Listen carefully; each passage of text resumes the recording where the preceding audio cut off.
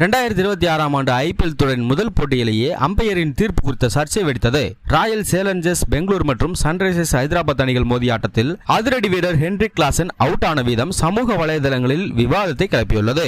இந்த போட்டியில் சன்ரைசர்ஸ் ஹைதராபாத் அணி 135 ரன்களுக்கு 4 விக்கெட்டுகளை இழந்து விளையாடிக் கொண்டிருந்த போது 14வது ஓவர் வீச செப்பர்ட் அழைக்கப்பட்டார்.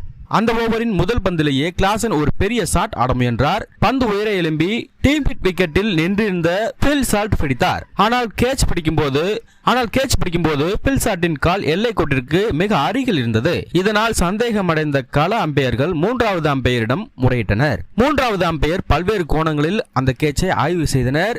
பில் சால்ட்டின் கால் எல்லை கோட்டை தொட்டதா அல்லது அந்த குஷன் நகர்ந்ததா என்று நீண்ட நேரம் சோதனை செய்யப்பட்டது. இறுதியில் கால் எல்லை கோட்டை தொடவில்லை என்பதற்கான தெளிவான ஆதாரங்கள் இல்லாததால் 3வது அம்பையர் அவுட் என தீர்ப்பு வழங்கினார். 22 பந்துகளில் 37 ரன்கள் எடுத்திருந்த கிளாசன் இந்த தீர்ப்பை கேட்டு கடும் அதிர்ச்சி அடைந்தார்.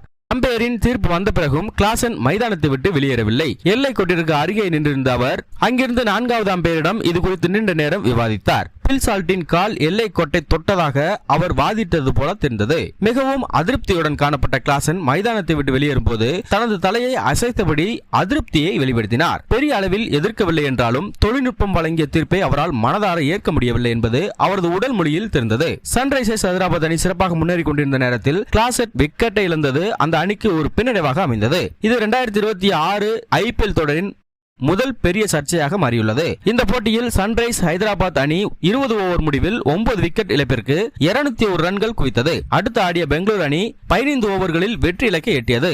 சன்ரைசர்ஸ் ஹைதராபாத் அணி படுதோல்வியை அடைந்தது.